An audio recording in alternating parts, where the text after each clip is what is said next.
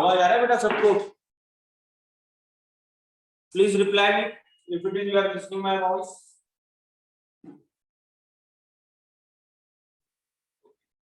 Fine. तो first of all good morning to everyone. Fine. तो थोड़ा सा लेक्चर्स अलग तरीके से लिखेंगे। आज अपने ये लेक्चर में हम लोग थोड़ा एडजस्टमेंट पढ़ने वाले हैं। So I'm going to teach you total 6 adjustment today. Only adjustment.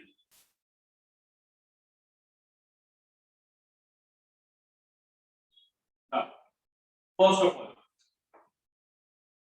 आपने देखा रहेगा कि जब आप क्वेश्चन को सॉल्व करने बैठते हो तो क्वेश्चन के नीचे मतलब जो ट्रायल बैलेंस दिया होता है क्वेश्चन में, वो ट्रायल बैलेंस के नीचे ऐसे कुछ लिखा होता है एडजस्टमेंट कर। अब ये एडजस्टमेंट मतलब होता क्या है? जब भी आप फाइनल अकाउंट के क्वेश्चन या फिर आगे 12th में आपको एडमिशन ऑफ पार्टनर आएगा, रिटायरमेंट ऑफ पार्टनर आएगा, डेथ ऑफ पार्टनर आएगा, डिसोल्यूशन आएगा, इसमें आप हर क्वेश्चन के अंदर देखोगे ना नीचे कुछ आपको ऐसे लिखा रहेगा मतलब लिखा रहेगा। अब काफी लोगों को ये पता नहीं होगा कि बेटा ये एडजस्टमेंट मतलब होता क्या है। So I would like to tell you that about the adjustment. Adjustment exactly होता क्या है? So when you solve the question, आपने देखा रहेगा कि फाइनल अकाउंट का मतलब होता है keeping a systematically record of all the business transaction. वाह सर, ये तो टेक्स्ट बुक में लिखा हुआ है। I repeat again, if someone is asked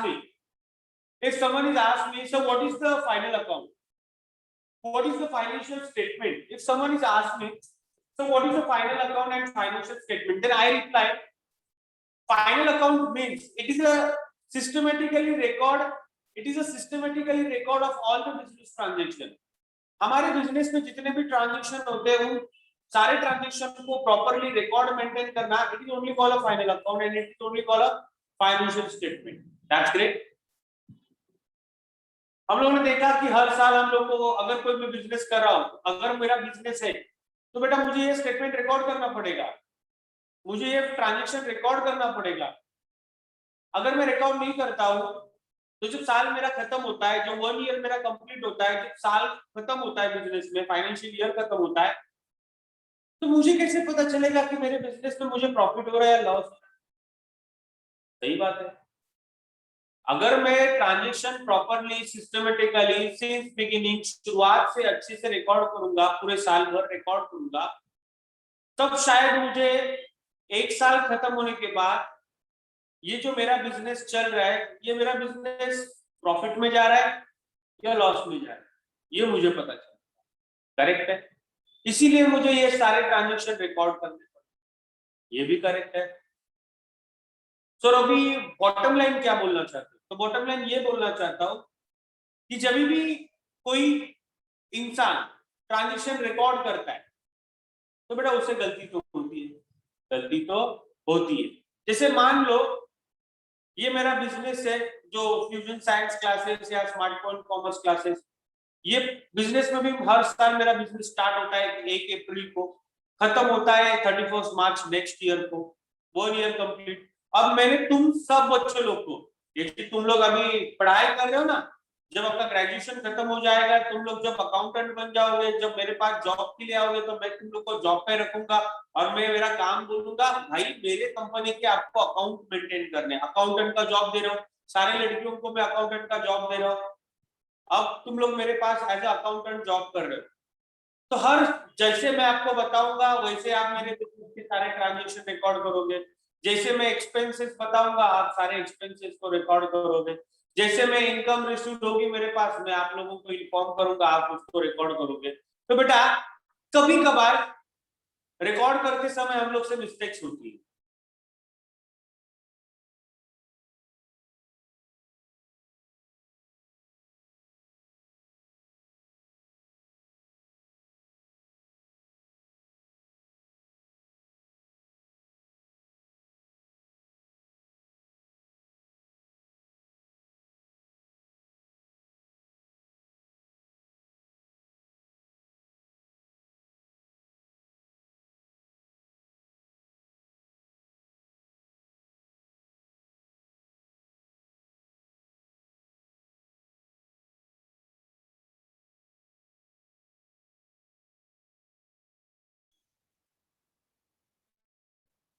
I hope आवाज आ रहा है मेरा सबको?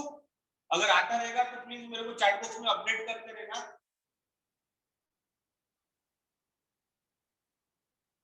इफ यू गाइस आर, हाँ बस बस, क्योंकि क्या है नेटवर्क की वजह से कभी कभार पता नहीं चलता आवाज आ रहा है।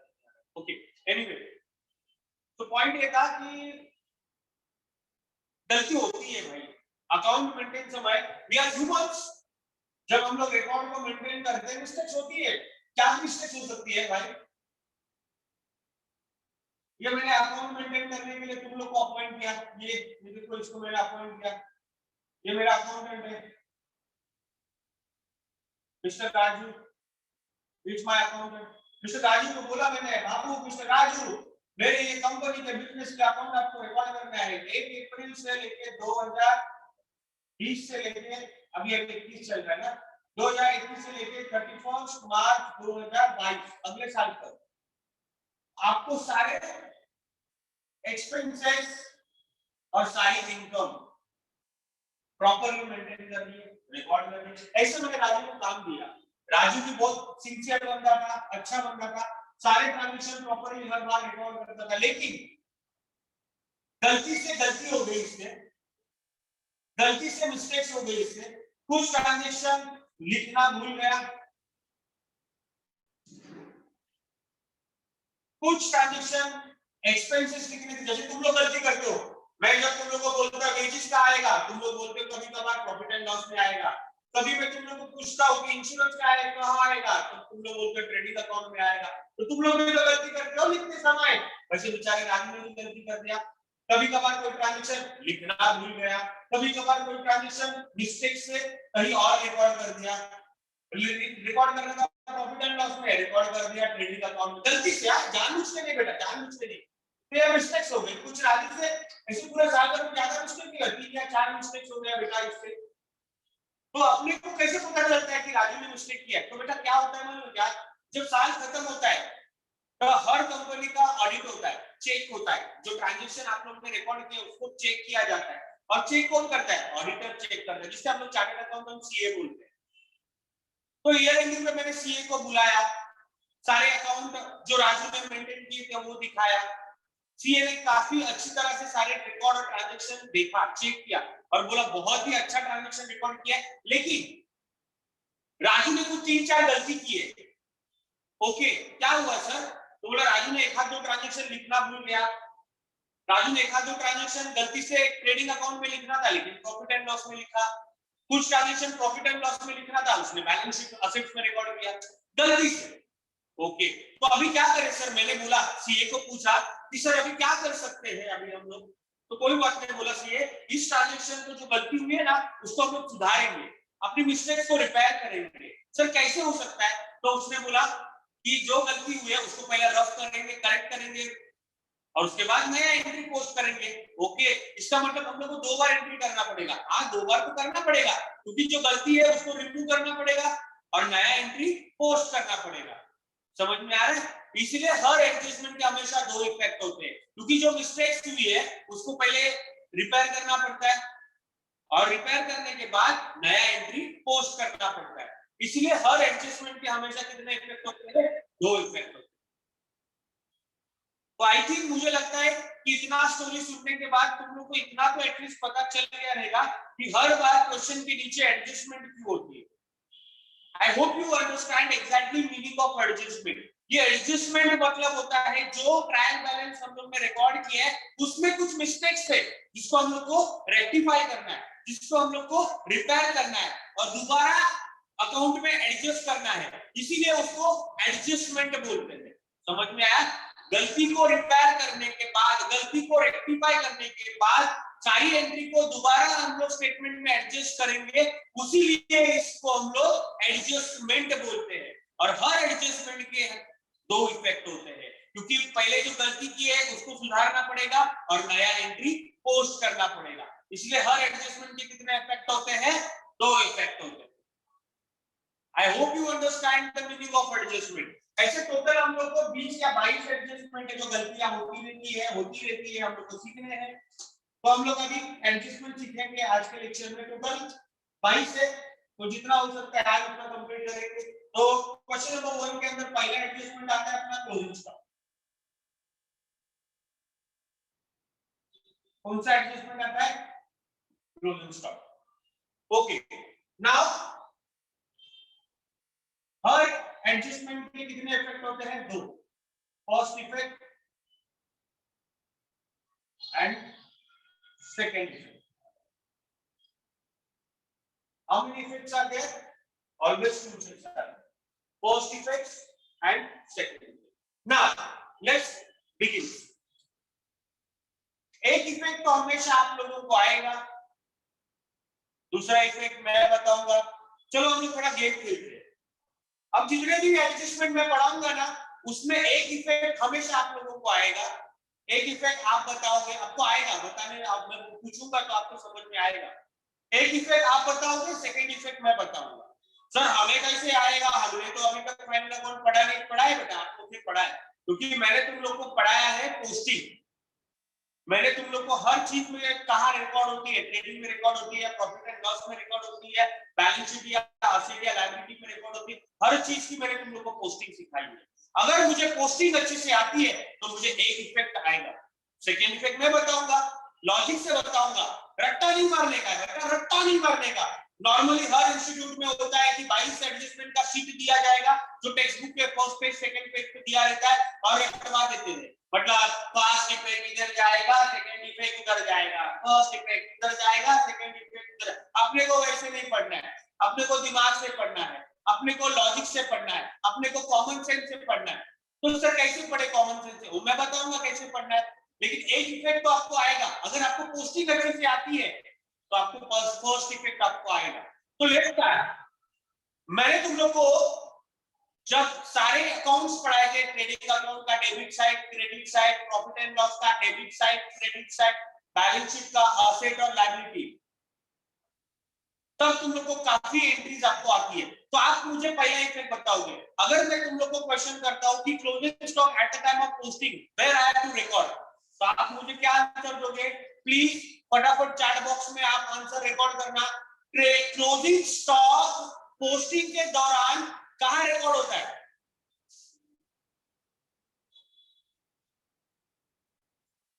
क्लोजिंग स्टॉक हमें कहां रिकॉर्ड करना पड़ता है बेटा?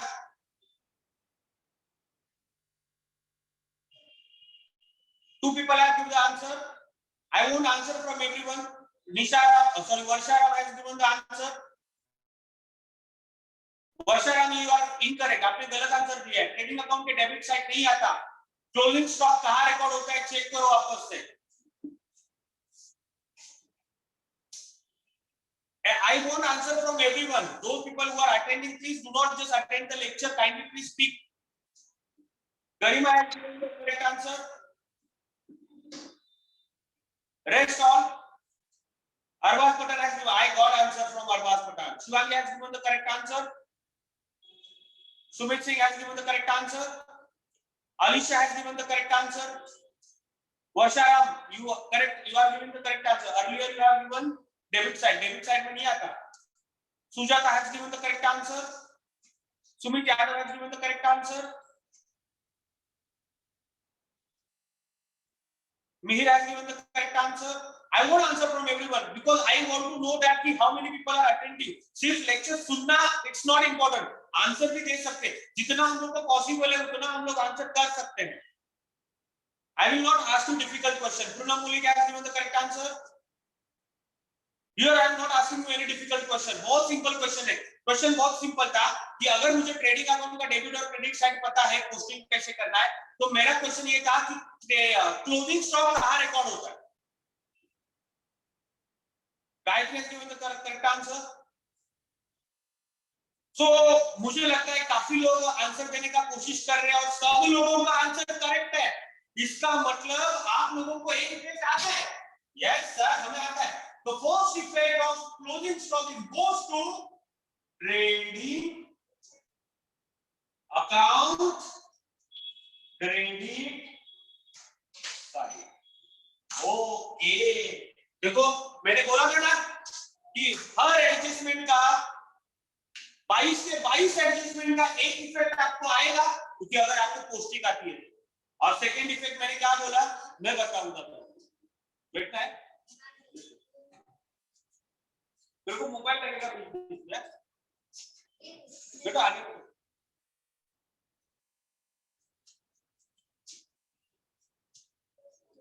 So this is the adjustment we are going to do. Adjustment final account के है, ओके।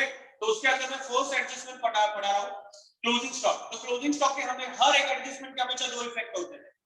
जो आज फर्स्ट लेक्चर अटेंड कर रहा है शायद उनको थोड़ा डिफिकल्ट लगेगा समझने के लिए, बिकॉज़ ये मेरा 5th और 6th लेक्चर चल रहा है फाइनल अकाउंट का। So you just understand.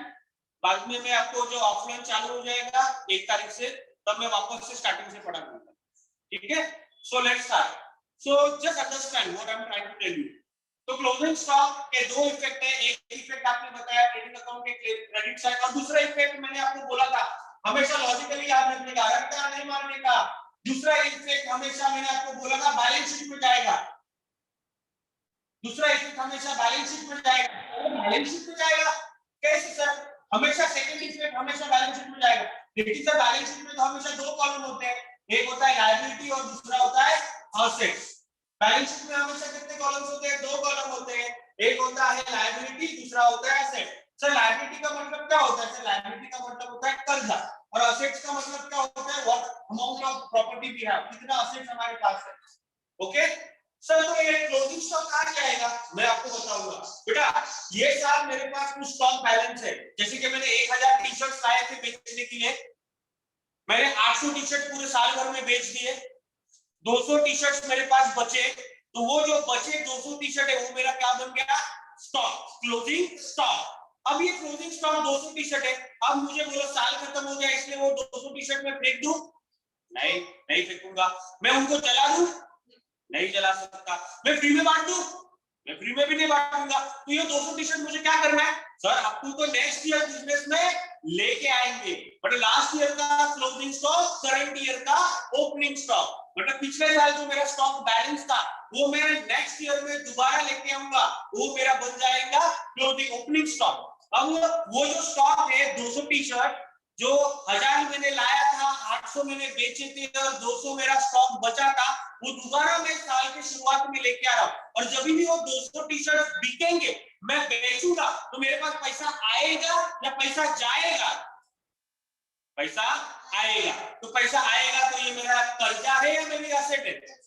Asset. ये मेरा क्या बन जाएगा? असेट। क्या बन जाएगा बेटा? ये मेरा बन जाएगा असेट। तो आप लोगों ने सबने आंसर दे दिया, तो नहीं है।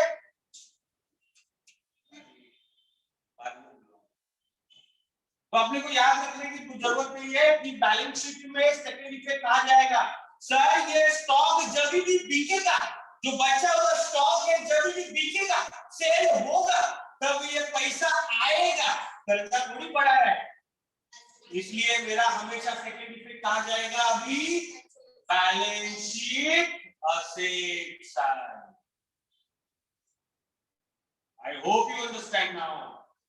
देखो मैंने आपको कितना अच्छी तरह से आपको दो इफेक्ट समझा दिया और आपको समझ में आया। तो इसको अपने को याद करने की जरूरत भी नहीं है और रट्टा भी मारने की जरूरत नहीं है। हम लोग को कॉमन सेंस और लॉजिक यहाँ पे अप्लाई करना है, यूज करना है। जबकि फर्स्ट इफेक्ट मैंने बोला था, अगर आपको trading account, profit and loss account और बैलेंस शीट अच्छी तरह से आती है, एंट्री रिकॉर्ड करना अच्छी तरह से आती है, तो एक इफेक्ट आपको पता चलेगा। जैसे कि मैंने तुम लोग को सिखाया क्लोजिंग स्टॉक कहां रिकॉर्ड होता है, तब आप लोगों ने सर ने बोला ट्रेडिंग अकाउंट के क्रेडिट साइड रिकॉर्ड होता है। और सेकंड इफेक्ट मैंने बताया आप लोगों को, सेकंड इफेक्ट लॉजिकली आता है कि जब भी ये स्टॉक बिकेगा तो मेरे पास पैसा आएगा, तो ये मेरा लायबिलिटी नहीं है, इट्स बिकम माय एसेट। तो क्लोजिंग स्टॉक के दोनों इफेक्ट मैंने आपको बता दिए। First effect goes to trading account credit side, second effect goes to balance sheet asset side.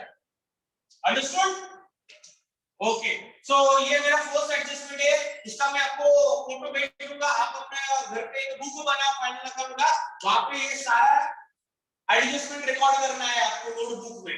तो first effect trading account credit side, second effect balance sheet asset side. और एक चीज आपको मैं बताना चाहूंगा, आज तक पिछले 20 साल में ऐसा क्वेश्चन नहीं बनाया फाइनल अकाउंट में जहां पर ये एडजस्टमेंट आपको कभी आया नहीं है, बट हर एक फाइनल अकाउंट के एडजस्टमेंट में ये एडजस्टमेंट नंबर 1 हमेशा होता ही है। तो अगर इसका मतलब अगर मेरे को 4 या 5 एडजस्टमेंट दिए क्वेश्चन में, तो एक एडजस्टमेंट तो मुझे कंफर्म पता है कि क्लोजिंग स्टॉक का आएगा, और इसका इफेक्ट कैसे रिकॉर्ड करना है, ट्रेडिंग अकाउंट के क्रेडिट साइड, बैलेंस शीट के असेट साइड, दो एंट्री मुझे रिकॉर्ड करना है। ठीक है, very good.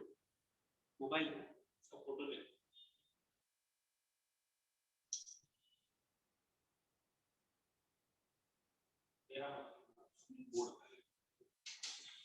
Okay fine. So I am going to drop this, और इसका शीट चाहिए तो मैं आपको व्हाट्सएप कर दूंगा बाद में, ठीक है।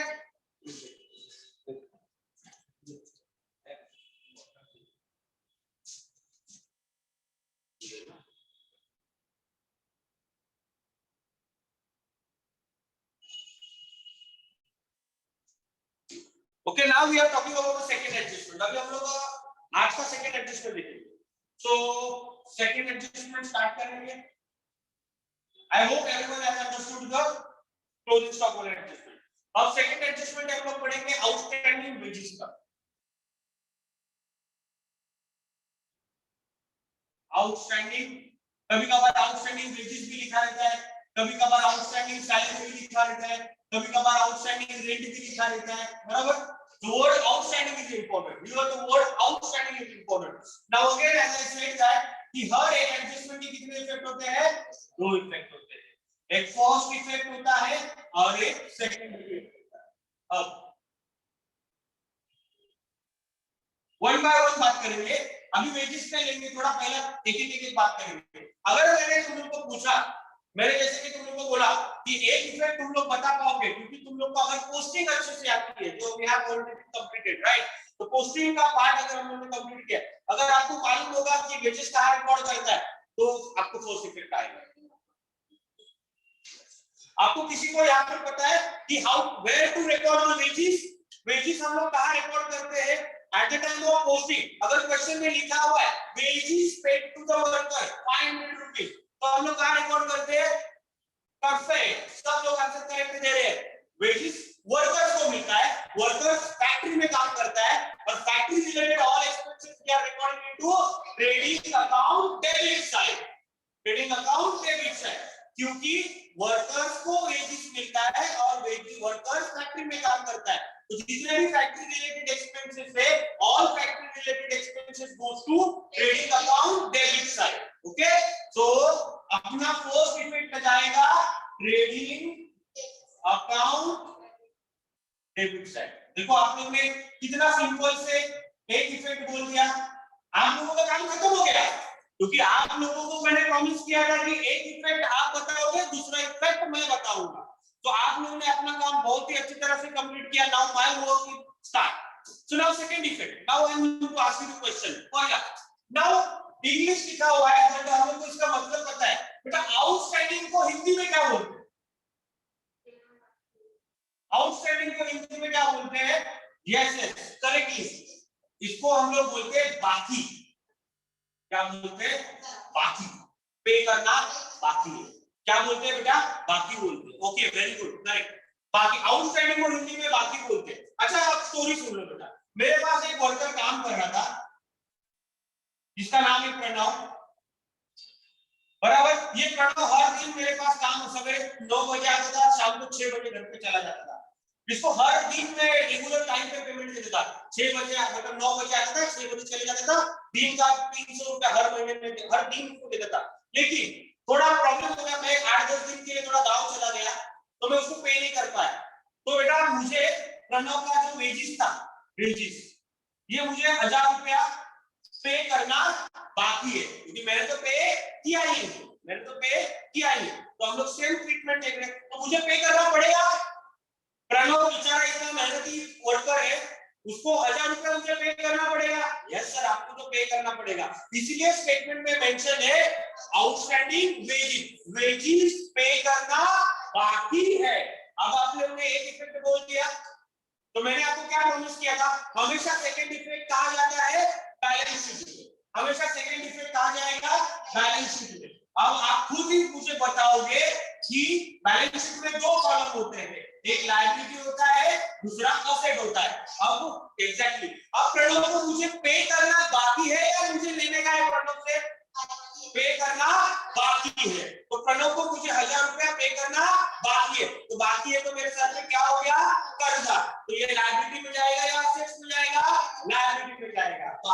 मैंने बहुत अच्छी तरह से सेकंड इफेक्ट भी बता दिया। इसका मतलब सेकंड इफेक्ट कहा जाएगा बैलेंस शीट के लायबिलिटी साइड। तो मैं यहाँ पर रिकॉर्ड कर लेता हूँ अपना सेकंड इफेक्ट अच्छे से, सेकंड इफेक्ट और जाएगा balance sheet liability side. Liability में इसलिए जाएगा क्योंकि पे करना बाकी है, वेजेस पे करना बाकी है। सेम अगर वेजेस नहीं होता तो यहाँ पे सैलरी लिखा रहता, तो बात तो वही हो जाती है, लेकिन ये चेंज हो जाता क्योंकि सैलरी हम लोग किसको देते हैं, स्टाफ को देते हैं। स्टाफ कहाँ काम करता है, ऑफिस में काम करता है, तो ऑफिस रिलेटेड एक्सपेंसेस कहाँ रिकॉर्ड करते हैं, profit and loss account debit side.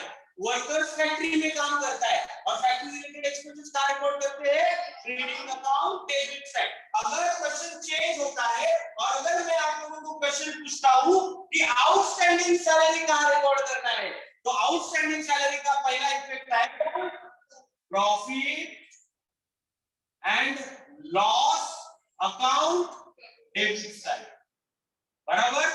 क्योंकि आउटस्टैंडिंग सैलरी हमेशा रिकॉर्ड होती है profit and loss account debit side. क्यों, बिकॉज सैलरी स्टाफ को देते हैं और स्टाफ ऑफिस में काम करता है और ऑफिस रिलेटेड एक्सपेंसेस कहाँ रिकॉर्ड होते हैं, profit and loss account debit side. इसलिए आउटस्टैंडिंग सैलरी का पहला इफेक्ट आएगा profit and loss account debit side और दूसरा इफेक्ट आ जाएगा बैलेंस शीट लायबिलिटी, सैलरी पे करना बाकी है।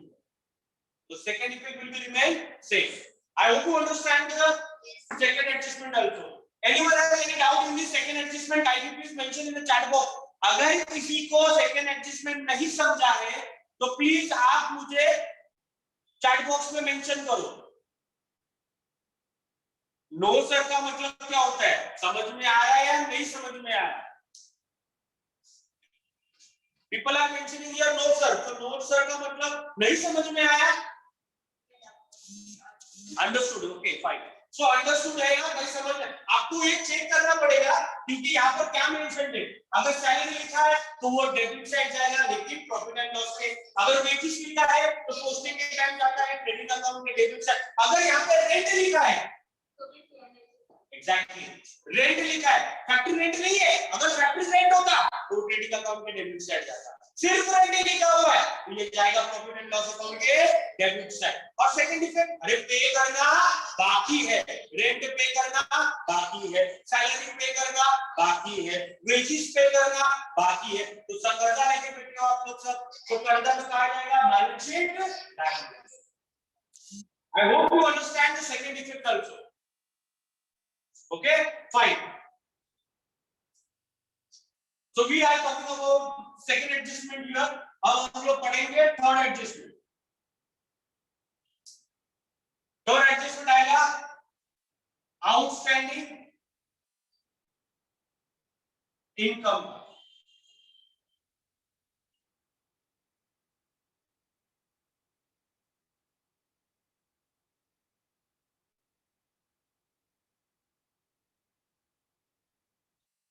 आउटस्टैंडिंग इनकम मतलब इनकम एक टू बी पेड, आउटस्टैंडिंग मतलब पे करना बाकी, लेकिन क्या पे करना बाकी, इनकम पे करना। यहाँ पर हम लोगों ने अभी क्या देखा, वेजेस क्या है, एक्सपेंस है, सैलरी क्या है, एक्सपेंस है, रेंट क्या है, एक्सपेंस है, मुझे पे करना पड़ेगा, एक्सपेंस है तो वेजेस देना पड़ेगा, पैसा जा रहा है आ रहा है, जा रहा है, रेंट पे करना पड़ेगा, पैसा आ रहा है जा रहा है, जा रहा है, सैलरी पे करना पड़ेगा, पैसा आ रहा है जा रहा है, जा रहा है, तो all are the expenses. But we are talking about the income. तो इनकम कुछ इस तरह से था, मैंने अपने दोस्त को, ये मिस्टर राजू है, राजू को मैंने ना अपने जो देवराज में अपना क्लास है, वो देवराज मॉल के बाजू में एक शॉप था, वो शॉप उसको मैंने अलग करके दे दिया, मतलब ओनर तो कोई और है लेकिन मैंने उसको डील करा के दे दिया। 25 मैंने राजू को बोला 25,000 रुपए रेंट रहेगा और 50,000 रुपए डिपॉजिट, तो राजू ने ये शॉप ले लिया। लेकिन मैंने राजू को बोला मैं तेरे को ये डील करके दे रहा हूँ, मैं कौन हूँ, स्टेट एजेंट हूँ, आरके कौन है, स्टेट एजेंट है। लेकिन आरके ने क्या किया, इसको एक प्रॉपर्टी दे दिया, लेकिन बदले में क्या मांगा, कमीशन, दलाली में नहीं बोला, फोकट में काम थोड़ी करूंगा, मेरा भी तो रोजगार है, मेरा भी रोजी रोटी है। तो राजू को मैंने बोला ये शॉप तेरे को मैं कैसे भी करके दिला देता हूँ, लेकिन जब तेरे को ये शॉप मिल जाएगा बेटा मुझे थोड़ा सा 2000 रुपया कमीशन दे देना, बराबर है। तो राजू ने भी मुझे प्रॉमिस किया कि सर मैं आपको 2000 रुपया कमीशन दूंगा। तो बेटा ये शॉप मैंने उसको दिसंबर में दिला दिया 2020 में, बराबर। अब दिसंबर चला गया, जनवरी चला गया, मार्च, फरवरी चला गया, मार्च चला गया, पैसा आया। राजू को मुझे 2000 रुपए कमीशन देना चाहिए था, मिला नहीं मिला। तो ये मेरा देखो यहाँ पर मैं लिखता हूं कमीशन, क्या लिखा हूं, आउटस्टैंडिंग कमीशन 2000। अब ये स्टोरी आपको समझ में आया, पोस्टिंग बताएंगे। इसको थोड़ा और मैं बोल्ड कर देता हूं, अब तुम लोग को अच्छे से समझ में आएगा। कमीशन मुझे पे करना है या कमीशन मुझे मिलने वाला है? कमीशन मुझे मिलने वाला है। अगर ये मिलने वाला है तो हमेशा हर एक एडजस्टमेंट के कितने इफेक्ट होते हैं? 2 इफेक्ट होते हैं। तो फर्स्ट इफेक्ट आप लोगों को आता है क्योंकि मैंने पोस्टिंग पढ़ाया था, और सेकंड इफेक्ट मैं आपको बताऊंगा। देखिए पहले स्टार्ट करेंगे। सुना, अगर मुझे कमीशन मिलने वाला है तो इसको eight the time of posting मुझे कहां रिकॉर्ड करना चाहिए? ट्रेडिंग अकाउंट में या प्रॉफिट एंड लॉस में? प्रॉफिट एंड लॉस में, करेक्ट। लेकिन पॉइंट क्या है, प्रॉफिट एंड लॉस का डेबिट साइड रिकॉर्ड करूंगा या profit and loss credit side? Because according to the nominal account, debit all expenses and losses, credit all income and gain. तो मुझे इस कमीशन को रिकॉर्ड करना है profit and loss account,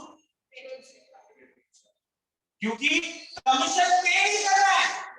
Remember one thing, you don't have to pay the commission, you are going to receive the commission. ये पैसा जा नहीं रहा, ये पैसा आने वाला है। ये 2000 मेरा इनकम है, तो मैं एक्सपेंसेस पे कैसे रिकॉर्ड करेगा?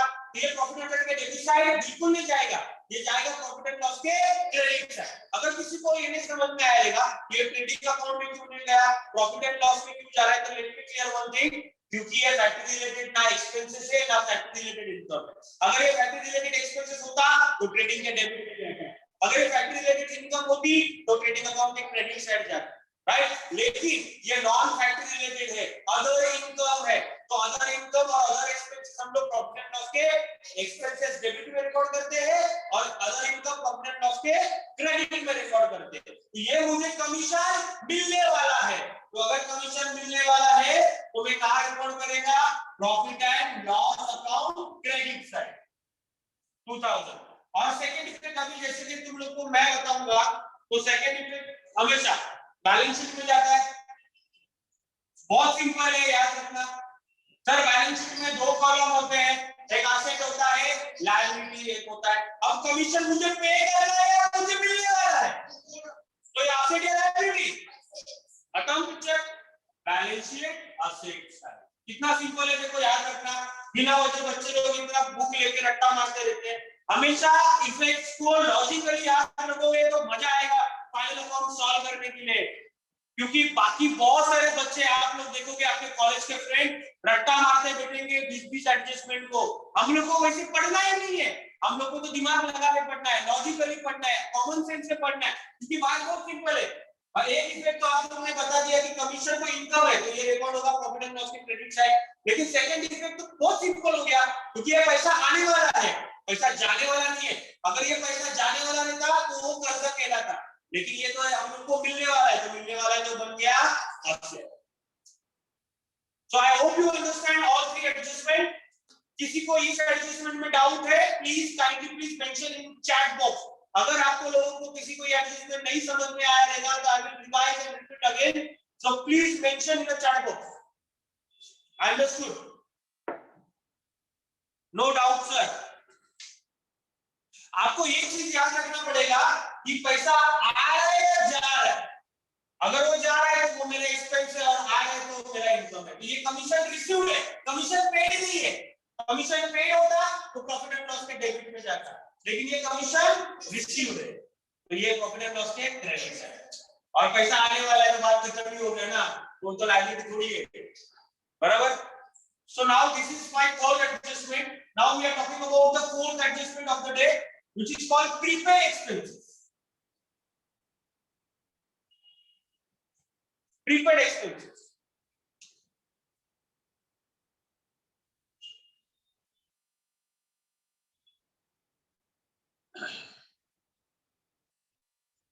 इसको इंग्लिश में बोलते हैं एक्सपेंसेस पेड, इसको और थोड़ा और मॉडिफाई करके बोलते हैं future expenses paid in advance. Future expenses paid in advance तो मतलब कैसे होता है मालूम है क्या, जैसे कि कभी कभार हम लोग ये साल खर्चे एडवांस में कर देते फ्यूचर के, जैसे मैं आपको एग्जांपल दूंगा तो समझ में आएगा। आपका नाम Ankita, so now just I'm giving you the example, okay? so देखो आप, मैं एक एग्जांपल देता हूं, अंकिता है, एक एग्जांपल दूंगा ये समझाने के लिए, मैं उसके बाद में ये समझाऊंगा, तो अभी राइट नाउ इमीडिएटली मैंने एक्सप्लेन करूंगा। प्रीपेड का मतलब पेइंग एडवांस, प्रीपेड का मतलब paying advance. Now listen to me carefully. अब मेरा बिजनेस चालू हुआ 1 अप्रैल 2021 को, तो मेरा फाइनेंशियल ईयर कब खत्म होगा, बोलो बेटा फटाफट। अप्रैल, मई, जून, जुलाई, अगस्त, सितंबर, अक्टूबर, और बोलो बेटा फटाफट। नवंबर, दिसंबर, जनवरी, फरवरी, मार्च, बराबर। ये मेरा 2021 से 1 अप्रैल आ गया इधर 2021, बराबर। और ये मेरा आ गया मार्च 2022, साल खत्म हो गया। अभी अंकिता है बेचारी, ये अंकिता मेरे पास है ना दिसंबर को जॉब पे आई, तो अंकिता को मैंने प्रॉमिस किया बेटा मैं हर महीने आपको सैलरी दूंगा 5000 रुपीस पर मंथ। तो अंकिता ने दिसंबर में काम किया, मैंने उसको सैलरी पे किया, कोई प्रॉब्लम नहीं, वेरी गुड सर। अंकिता ने मेरे पास जनवरी में काम किया, मैंने उसको सैलरी पेड किया, वेरी गुड। उसने फरवरी में मेरे पास काम किया, मैंने उसको सैलरी पेड किया, वेरी गुड। अब प्रॉब्लम क्या है मालूम है क्या, ये जो मार्च का मंथ आया, ईयर एंडिंग का मार्च का, तो ये साल उसको मुझे 5000 पे करना था, मैंने पे किया, वेरी गुड। लेकिन अंकिता ने मेरे पास एक रिक्वेस्ट किया, अंकिता ने मेरे को क्या किया, रिक्वेस्ट किया। अंकिता बोली कि सर थोड़ा घर पे फाइनेंशियल प्रॉब्लम है, तो मुझे अगले कुछ 6 महीने का सैलरी, आने वाले कुछ सालों का, अगले साल का 6 महीने का सैलरी एडवांस मिल सकता है क्या। तो उसने मुझे रिक्वेस्ट किया, तो मैंने भी उसको पेमेंट कर दिया, क्योंकि उसके घर पे बड़ा फाइनेंशियल प्रॉब्लम था और मेरे पास स्टाफ है, मेरे को उसके ऊपर ट्रस्ट है, भरोसा है, फेथ है, तो मैंने भी उसको 6 महीने का सैलरी एडवांस दिया। लेकिन वो कौन से साल का मैंने पे किया उसको एडवांस सैलरी, 2022 2023। बात समझ में आ रही कि नहीं सबको। मैंने क्या किया, एक सैलरी मेरे लिए एक्सपेंसेस है, सी आरके these आरके सैलरी पे करना एक्सटर्नल एक्सपेंसेस कॉमिंग, तो हर साल तो मैं उसको हर महीने दे रहा हूं। 5000 दिसंबर में दिया, जनवरी में 5000 दिया, फरवरी में 5000 दिया, मार्च में भी 5000 दिया। लेकिन अंकिता ने क्या किया, अंकिता ने बोला कि सर 6 मंथ का सैलरी मुझे प्लीज एडवांस दे दो। तो मैंने क्या किया, मुझे सैलरी पे करना है, मैंने दे दिया, तो मैंने future expenses paid in advance. अब अगले साल का 6 महीने का पगार ये साल में मैंने अंकिता को एडवांस दिया। अब पिक्चर यहाँ से शुरू होगा, अब समझना आपको अपने को पड़ेगा। अभी एग्जांपल खत्म हो गया, अब स्टोरी में क्या हुआ था, मुझे सर आरके का फाइनल अकाउंट रिकॉर्ड कर रहे हैं हम लोग, तो फाइनल अकाउंट हम लोग को कौन से साल का रिकॉर्ड करना था, ये साल का, कौन सा 2022 का था, 31 मार्च 2022। अब हुआ क्या, ये 2022 में एक 6 महीने का जो सैलरी था उसने एडवांस में पे किया था, जो ये साल का था नहीं, वो तो 2022 और 23 का था। लेकिन आरती को फाइनल अकाउंट कौन सा साल का मेंटेन करना है, 2021 2022 का, तो वो एक्सपेंसेस ये साल में मैं कंसीडर करूंगा नहीं, क्योंकि मैं जब ये साल का फाइनल अकाउंट रिकॉर्ड करूंगा तब वो एक्सपेंसेस वो साल में रिकॉर्ड करूंगा। लेकिन गलती से तो आ गया ना भाई, ये साल में पे किया था तो उसने रिकॉर्ड कर लिया 30,000 रुपीस, तो ये साल के एक्सपेंसेस से वो क्या हो जाएगा, माइनस हो जाएगा, क्योंकि वो एक्सपेंसेस ये साल का था ही नहीं। वो एक्सपेंसेस कौन से साल का था, फ्यूचर का। तो फ्यूचर का फ्यूचर के एक्सपेंसेस करंट ईयर में कैसे आएगा? मैं तो करंट ईयर का बैलेंस शीट बना रहा हूं, मैं तो करंट ईयर का प्रॉफिट एंड लॉस बना रहा हूं, मैं तो करंट ईयर का ट्रेडिंग अकाउंट बना रहा हूं, तो फ्यूचर का एक्सपेंसेस करंट ईयर में कैसे आएगा? नहीं आएगा। तो फ्यूचर का एक्सपेंसेस करंट ईयर से, तो प्रीपेड एक्सपेंसेस हमेशा क्या कर रहे हैं हम लोग को? करंट ईयर से। अब हम लोग स्टोरी खत्म हो गया, अब एडजस्टमेंट पढ़ेंगे। अब स्टोरी खत्म हो गया, अब एडजस्टमेंट पढ़ेंगे। सुनाओ, एडजस्टमेंट का नाम है प्रीपेड एक्सपेंसेस। एडजस्टमेंट का नाम क्या है? Prepaid expenses. प्रीपेड का मतलब प्री मतलब पहले, पेड इन एडवांस, पेड का मतलब एडवांस, और क्या? एक्सपेंसेस। एडवांस एक्सपेंसेस एडवांस में पे किए, that is called the adjustment का नाम। Future expenses paid in advance. जैसे एग्जांपल अभी इंश्योरेंस, इंश्योरेंस यहां पे मैं लिख देता हूं pre paid insurance, pre paid insurance ₹300, बराबर। मैंने एडजस्टमेंट लिखा आपके सामने समझाने के लिए। नाउ एज यूजुअल हर एडजस्टमेंट के कितने इफेक्ट होंगे? हर एडजस्टमेंट के कितने इफेक्ट होंगे? दो, एक फर्स्ट इफेक्ट और दूसरा second effect. Okay, now adjustment किसके ऊपर दिया है? इंश्योरेंस के ऊपर। कितना इंश्योरेंस एडवांस में पे किया है? 300। ये 300 ये साल का है? ये 300 ये साल का है? नहीं, ये तो अगले साल का है, लेकिन पे किया है ये साल। तो सर ये साल में कैसे लेंगे? जब अगले साल का मैं प्रॉफिट एंड लॉस बनाएगा तब ये 300 रुपए में उधर लिखेगा, तो करंट ईयर से ये क्या हो जाएगा? सुनो, इंश्योरेंस पोस्टिंग अगर आती है तो आप लोगों को आएगा बताने के लिए इंश्योरेंस कहां रिकॉर्ड होता है। See let me ask you one question, अगर फैक्ट्री इंश्योरेंस लिखा रहता है तो कहां रिकॉर्ड होता? ट्रेडिंग अकाउंट के डेबिट साइड। यहां पे फैक्ट्री इंश्योरेंस लिखा हुआ है? नहीं, क्या लिखा है? सेल्फ इंश्योरेंस लिखा हुआ है। तो ये कहां रिकॉर्ड होगा? Profit and loss account less करना है, याद रखना बेटा। और आउटस्टैंडिंग हमेशा ऐड होता है, प्रीपेड हमेशा लेस होता है। आउटस्टैंडिंग ऐड इसलिए होता है बिकॉज़ वो पे करना बाकी है, और ये लेस इसलिए होता है बिकॉज़ ये साल का एक्सपेंसेस है ही, ये तो मेरे अगले साल का था, वो ये साल पे किया, तो करंट ईयर में कैसे लूंगा मैं? बात एकदम सिंपल है। मैं जब फ्यूचर का अकाउंट रिकॉर्ड करेगा तब वो तो डालेगा ना, करंट ईयर में क्यों का इसको रिकॉर्ड करेगा? इसलिए ये less from profit and loss account debit side. और सेकंड इफेक्ट बहुत सिंपल है बेटा, सेकंड इफेक्ट हमेशा मुझे पता है कहां जाएगा? बैलेंस शीट में जाएगा। नाउ टेक्निकल पॉइंट है यहां पर, बैलेंस शीट में हमेशा दो कॉलम होता है, एक लायबिलिटी होता है, एक असेट होता है। Now listen to me carefully, ये एक्सपेंसेस पेड किया है या पे करना बाकी है? पेड किया है, तो ये असेट्स में जाएगा या लायबिलिटी में जाएगा? असेट्स में जाएगा। खत्म। अगर पे करना बाकी होता तो then it's called liability, but बेटा ये पेड ही है, मैंने उल्टा एडवांस में पे किया, सैलरी एडवांस में दे दिया है, रेंट एडवांस में पे किया, इंश्योरेंस एडवांस में पे किया, तो बेटा ये असेट हो गया ना, लायबिलिटी का हो गया। उल्टा आपने कभी कभार हमारा घर का बिल है तो लाइट बिल, कभी कभार लाइट बिल हम लोग एडवांस में पे कर देते तो अगले महीने एडजस्ट होके आता है, बराबर है ना? तो इसका मतलब हम लोगों ने क्या किया? वो प्रीपेड कर दिया है ना। आपके मोबाइल में सिम कार्ड आता है, सिम कार्ड आता है, प्रीपेड कार्ड बोलते हैं उसको। अभी महीना चालू है लेकिन अगले महीने कभी कभार कोई लोग ना 6 महीने का रिचार्ज कर देते, बराबर है ना? 6 महीने का रिचार्ज करते ना, उसको इसीलिए उसको कौन सा कार्ड बोलते हैं मालूम है? प्रीपेड कार्ड बोलते हैं। मोबाइल के अंदर जो सिम कार्ड आता है उसको प्रीपेड कार्ड क्यों बोलते हैं? बिकॉज़ मेरा आपको कॉल पे मेरा अगले 2-3 दिन में रिचार्ज खत्म हो जाएगा, लेकिन मैं हर साल क्या करता हूँ 3 महीने का, कभी कभार 6 महीने का, कभी कभार मोबाइल में देखो रिचार्ज के 1 साल के भी प्लान होते हैं ना, तो कुछ कुछ एक्सपेंसेस हम लोग क्या पे करते हैं? एडवांस में पे कर देते हैं, इसलिए वो ये साल नहीं लेने का, जो अगले साल का एक्सपेंसेस है तो अगले साल ही लेने का, और उस एक्सपेंसेस को हम लोग बोलते हैं प्रीपेड एक्सपेंसेस। और प्रीपेड एक्सपेंसेस का सेकंड इफेक्ट हमेशा जाएगा बैलेंस शीट और sales side, because it's not a liability, it's become a asset. तो ये आपको शायद सेकंड इफेक्ट समझ में आ गया, इधर लिख देता हूं मैं, balance sheet asset side. Screenshot लेना है तो ले सकते हो, मैं इसको रफ करेगा।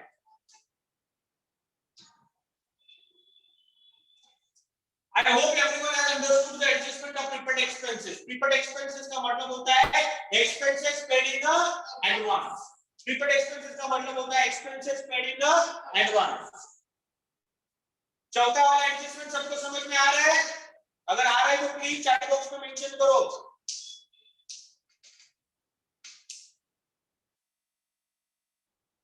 Okay, very good. जो अटेंशन देता रहेगा उसको डेफिनेटली समझ में आता रहेगा, नॉट एन इश्यू। अब ये चौथा वाला एडजस्टमेंट भी अपना हो गया। अब हम लोग पढ़ेंगे दूसरा एडजस्टमेंट जिसका नाम है प्रीपेड इनकम।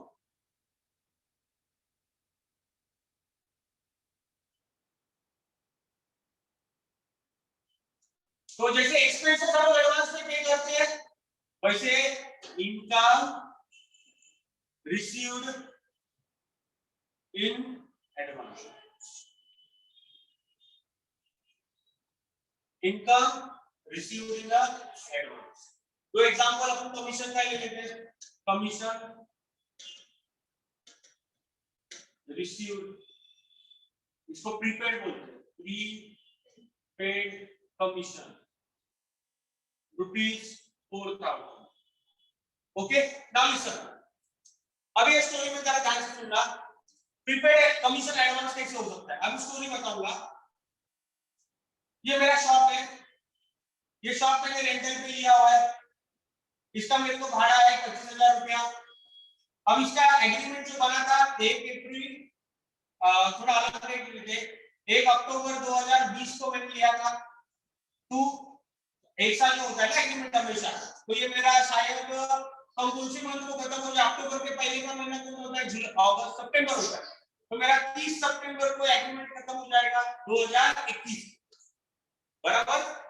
तो ये ऐसे होता है ना, अभी मेरे 1 साल यहाँ पे खत्म हो जाएगा। तो ये जो राजू है ना, राजू, ये राजू कौन है? एजेंट है। इसने मुझे ये शॉप दिलाया था, लेकिन उसने बोला था शॉप देते समय सर 1 साल का आपको क्या देना पड़ेगा? कमीशन देना पड़ेगा। तो मैंने उसको 2,500 रुपए कमीशन दिया था, 2,500 रुपए कमीशन दिया उस वक्त। अब नया स्टोरी ये वाला। अब क्या हुआ है, मैं थोड़ा सा सितंबर को खत्म हो गया ना एग्रीमेंट मेरा, तो यहाँ पर मुझे रिन्यू करना पड़ेगा, फ्लैट छोड़ के भागूंगा नहीं। अब मुझे अगर एग्रीमेंट बनाना पड़ेगा, साल के मिडिल में आ गई है तो एग्रीमेंट। तो अभी मैं वापस से एग्रीमेंट बनाने जा रहा हूँ 1 अक्टूबर से लेके 2021 से लेके टू अगला साल हो जाएगा 30 सितंबर 2022। अभी मैंने क्या किया मालूम है क्या? मैं अगस्त में ये जो राजू है ना, इसको एडवांस कमीशन दे दिया। क्या दिया? एडवांस कमीशन दिया। देखो आज भी देना है मुझे, कल भी देना है, बराबर। आज भी देना है, कभी कल भी देना है, राइट। तो मैंने एडवांस कमीशन इसको दे दिया। तो ये अगर राजू का अकाउंट है, या फिर आप ऐसा सोच लो कि मैं स्टेट एजेंट हूं, आरटी स्टेट एजेंट, मैंने किसी को फ्लैट दिलाया है और मैंने सामने वाले से क्या लिया है? एडवांस कमीशन लिया है। बोलो सर आपका एग्रीमेंट खत्म हो रहा है 30 तारीख को, आपको 30 तारीख को गाला खाली करना पड़ेगा, लेकिन मैं तो मुंबई में हूं नहीं, सामने वाला पार्टी मुंबई, इसलिए मैंने क्या किया? एडवांस में कमीशन ले लिया। क्या लिया? एडवांस में। कितना ले लिया? 4,000 रुपए एडवांस कमीशन ले लिया। अब देखो सिचुएशन कैसे चेंज हो जाती है। एडवांस जब आप कमीशन लेते हो ना, तो इफेक्ट कैसे बदलते हैं देखो। एक इफेक्ट तो तुम लोगों को फटाक से आएगा, अभी ना डिफिकल्ट है। हमेशा कितने इफेक्ट आते हैं? 2, फर्स्ट एंड सेकंड। एक इफेक्ट तो अभी बता दोगे तुम लोग। कमीशन एडवांस में रिसीव लिया ना, मतलब फ्यूचर का कमीशन रिसीव लिया एडवांस। तो ये साल का है वो अगले साल का है जो एडवांस में मैंने लिया है। तो मेरा जो मालिक था, ओनर था, कभी तो वो दुबई में रहता है, कोई न्यूयॉर्क में रहता है, इसलिए उसने मुझे 2 साल का कमीशन एडवांस में दे दिया, बराबर। तो मैंने अगले साल का कमीशन भी एडवांस में ले लिया। तो मुझे प्रीपेड है, तो ये साल में आएगा वो इनकम मेरे, ये साल में नहीं आएगा। तो ये क्या करूंगा मैं? लेस कहां से करूंगा? Commission received profit and loss के डेबिट साइड आता है या प्रॉफिट एंड लॉस के क्रेडिट साइड आता है? Credit side. तो प्रॉफिट एंड लॉस के क्रेडिट साइड आगे पहला इफेक्ट, क्योंकि कमीशन आप एडवांस में रिसीव कर रहे हो और ये इनकम मेरा ये साल का नहीं है, ये मेरा फ्यूचर का है जो मुझे एडवांस में रिसीव हुआ है, इसलिए ये करंट ईयर की इनकम में नहीं आएगा। इसलिए करंट ईयर में क्या लिखूंगा? ये साल के एक्सपेंसेस लिखूंगा, ये साल की इनकम लिखूंगा, लेकिन ये इनकम तो ये साल की है ही नहीं, ये तो फ्यूचर की इनकम है, लेकिन मुझे एडवांस में रिसीव हुई है, इसलिए मैं इसको रिकॉर्ड करते समय करंट ईयर के रिकॉर्ड में से क्या करूंगा, माइनस करूंगा। इसलिए less from profit and loss account credit है। हमेशा याद रखो, आउटस्टैंडिंग ऐड होता है, प्रीपेड हमेशा लेस होता है। आउटस्टैंडिंग एक्सपेंस होने दो या आउटस्टैंडिंग इनकम होने दो, हमेशा प्लस होती है, ऐड होता है। और प्रीपेड एक्सपेंसेस होने दो या प्रीपेड इनकम होने दो, क्योंकि ना एक्सपेंसेस ये साल के है, ना ही वो इनकम ये साल की है, ये फ्यूचर के एक्सपेंसेस है और फ्यूचर की इनकम है, तो ये साल में रिसीव्ड हुई है, तो इसको ये साल से क्या करेंगे, हटा देंगे। तो मैंने हटा दिया, less from profit and loss account credit side. अब लॉजिकल पार्ट, अब हमेशा सेकंड इफेक्ट कहा जाता है। अब बैलेंस शीट में दो कॉलम होता है, एक एसेट होता है, एक सॉरी एक लायबिलिटी होता है और एक एसेट होता है। Now just listen to me carefully first before giving the answer. ये मैंने इनकम एडवांस में रिसीव हुआ, एडवांस में रिसीव हुआ है, लेकिन सामने वाले का एडवांस में पैसा मुझे रिसीव हुआ है, तो उसका काम भी तो करना पड़ेगा, I have to do the work. तो ये मेरा लायबिलिटी इंक्रीज हो जाता है, क्योंकि मैंने आपसे पैसा ले, देखो आपका अभी 12 चालू 11 में क्या हो गया, कुछ क्लास वाले 12वीं का पैसा 11 में ले लेते, तो इसका मतलब मेरे लायबिलिटी बोल रहे हैं आपको 12 मुझे पढ़ाना पड़ेगा, क्योंकि मैंने आपका पैसा एडवांस में ले लिया। 9th और 10th का कैसे होता है, स्कूल में जो क्लासेस लेते हैं वो 9th में ही 10th का पैसा ले लेते हैं। अब 9th में तो आपने पढ़ाया, आपको 10th में भी पढ़ाना पड़ेगा, क्योंकि आपने 9th में ही 10th का पैसा एडवांस में ले लिया। इसका मतलब मेरा असेट्स नहीं बढ़ रहा है, मेरा लायबिलिटी बढ़ रहा है। कौन समझ में आया? मैंने भी तो इनकम एडवांस में ले लिया। अब मान लो अगर वो जगह ओनर ने, मैं तो एजेंट हूं, मैं तो दलाल हूं, अगर वो एजेंट ने वो रूम में ले दिया किसी को, तो मैं तो पैसा लेके बैठा हूं, मेरे को रिटर्न देना पड़ेगा, इसलिए मेरा क्या बन गया, लायबिलिटी। क्या बन गया, लायबिलिटी। तो जब भी आप इनकम एडवांस में रिसीव करते हो, आपका लायबिलिटी इंक्रीज हो जाता है, क्योंकि काम करना पड़ेगा, सामने वाले का पैसा लेके बैठे हो, काम तो करना पड़ेगा ना, इसलिए आपका लायबिलिटी इंक्रीज हो जाता है। समझ में आया? तो इसलिए be careful while you are giving the answer, second effect always goes to the liability balance sheet liability side, क्योंकि whenever you are receiving income in advance, your liability is the increase, आपका liability बढ़ जाता है। जैसे कि अभी आप मान लो 11th स्टैंडर्ड में हो, अब मैंने 12th का पैसा 11th में ले लिया, तो मुझे 12th तो पढ़ाना ही था, अभी 12th भी पढ़ाना पड़ेगा, क्योंकि मैंने तो आपसे इनकम एडवांस में ले, तो मेरा लायबिलिटी बढ़ेगा या फिर बढ़ेगा, लायबिलिटी बढ़ेगा। So, समझ में आया? So when you are receiving the income in advance, it increase your liability. That's your second effect goes to balance sheet liability. Screenshot ले लो सब लोग।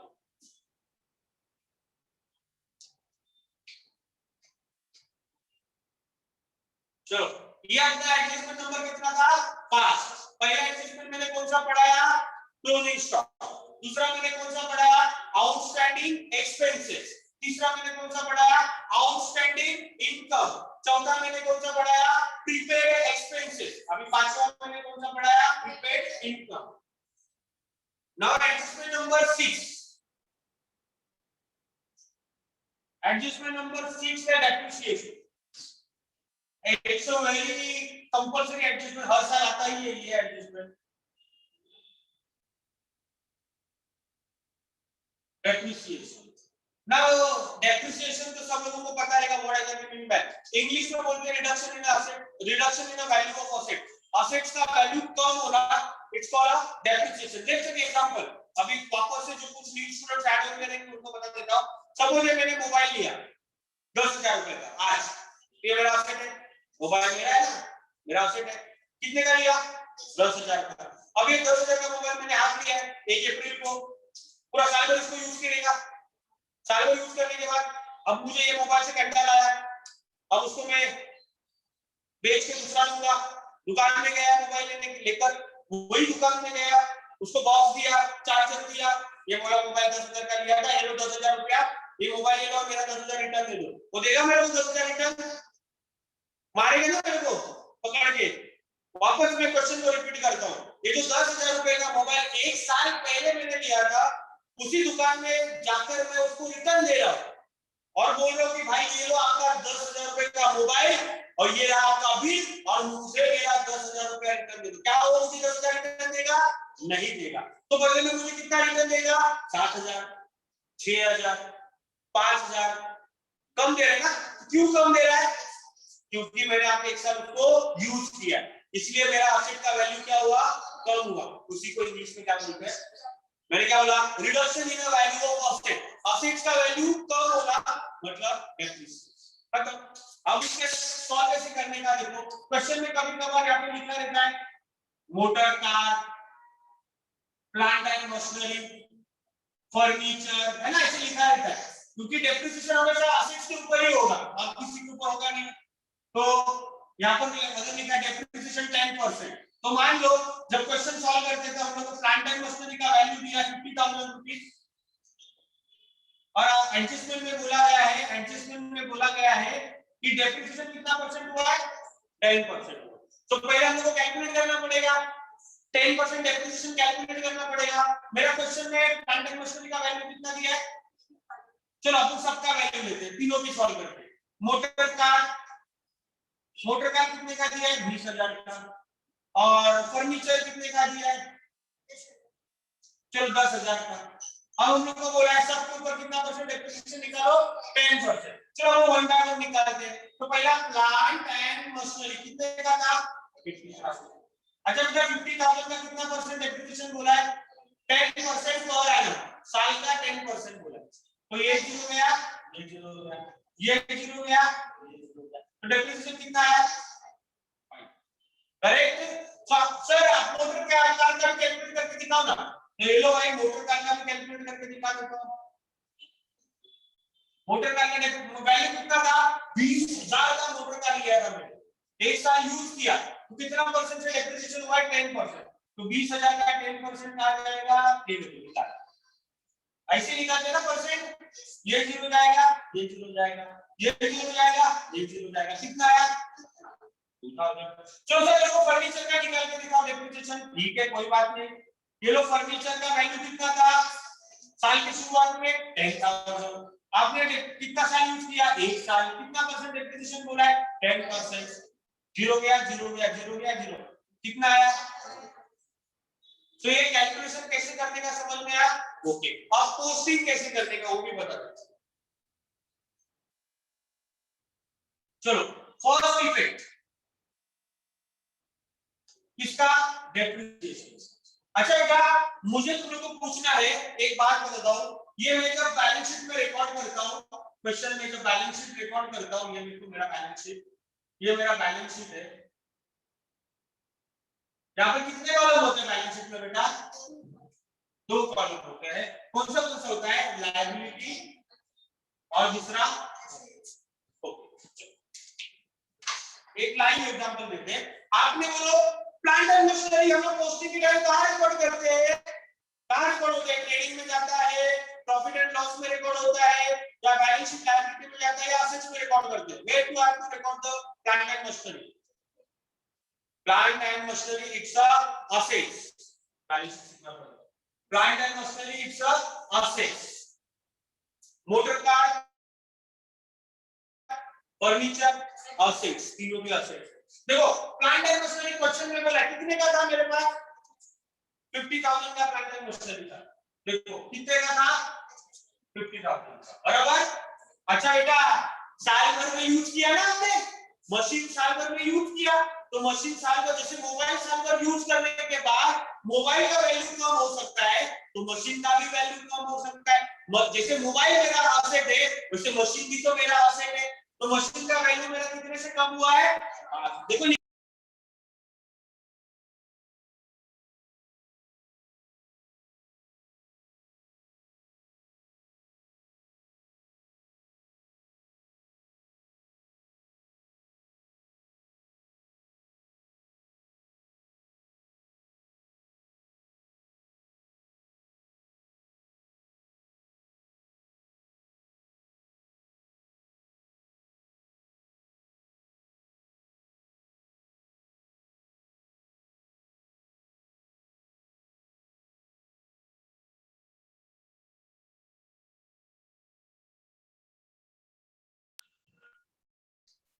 आवाज आ रही है सबको मेरी?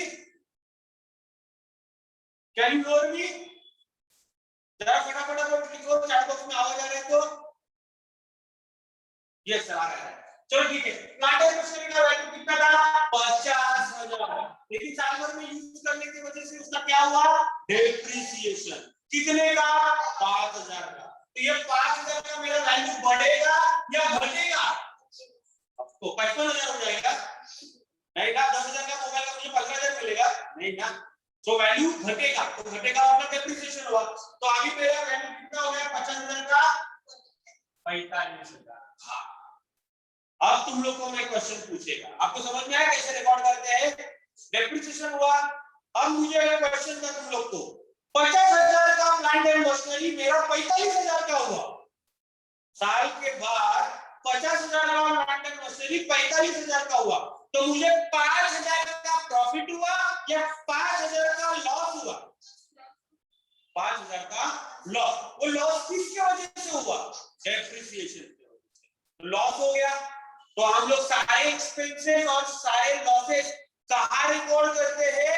Profit and loss account debit side, क्योंकि ये फैक्ट्री रिलेटेड एक्सपेंसेस नहीं है, फैक्ट्री रिलेटेड लॉस नहीं है। तो सारे एक्सपेंसेस और सारे लॉस कहां रिकॉर्ड होते हैं? Profit and loss account debit side. इसलिए पहला इफेक्ट आ जाएगा profit and loss account debit.